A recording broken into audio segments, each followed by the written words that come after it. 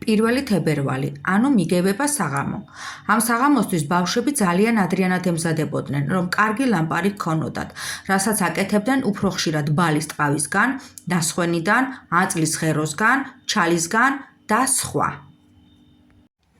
კარგად რომ დაბნელდებოდა, ოჯახის ყველა წევრი დიდი ან პატარიანა თითო ლამპარს გამოიტანდა ან თებურს. ამნაირად მთელი არემარე განათდებოდა, ბავშვები ყიჟინებდნენ ლამპრობაო. იყო სიცილი, ხუმრობა, ლამპრის ლამპარზე დარტყმა. სოფელი სოფელს ეჯიბრებოდა და ოჯახი ოჯახს, ვის კაი ლამპარი აქვს. ვახშამი იმ ღამეს განსაკუთრებით კარგი კეთდებოდა. მეორე დღეს მირქმას კიდევ კარგი სადილი. ყველა ეკლესიაში მივიდოდა და იქაც წინა ღამის ლამპრის შესახებ ლაპარაკობდნენ. ძველი კაცები გაზაფხულის მაგიერ გალამპრობას ხმარობდნენ. ლამპარს კიდევ უძახოდნენ ჟინჟღს და ფაკლას. ჟინჟღლივით ლოყები აქო, ფაკლასავით ეინთოვო. ხმარობდნენ ასე ლაპარაკში. აპოლონ წულაძის წიგნიდან ეთნოგრაფიული გურია.